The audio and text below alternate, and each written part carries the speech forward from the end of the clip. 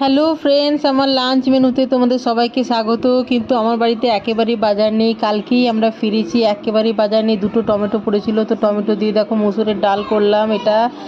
আর এটা হচ্ছে পেঁয়াজ পোস্ত, আর এটা হচ্ছে আলু ভাতে মেখেছি, আর এটা হচ্ছে নিম দিয়ে আলু, এটা তরমুজের বীজ ভাজা আর পোস্ত বাটা, আর এটা হচ্ছে একটা করে বড়ি ভাজা, আর একটা লাল তিল বা খসলা ভাজা, চাকতি ভাজা আর কি।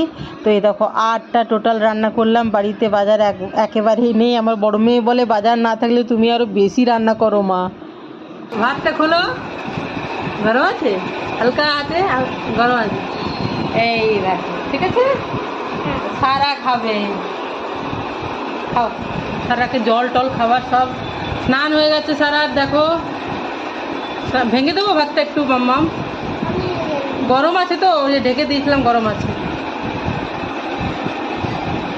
বীজগুলো খেয়ে দেখো তো, তরমুজের বীজ ভাজাগুলো কেমন লাগছে? টেস্টি না? আমি ফেললাম না বেটা, সেই জন্য। খাও, দেখো, খাও।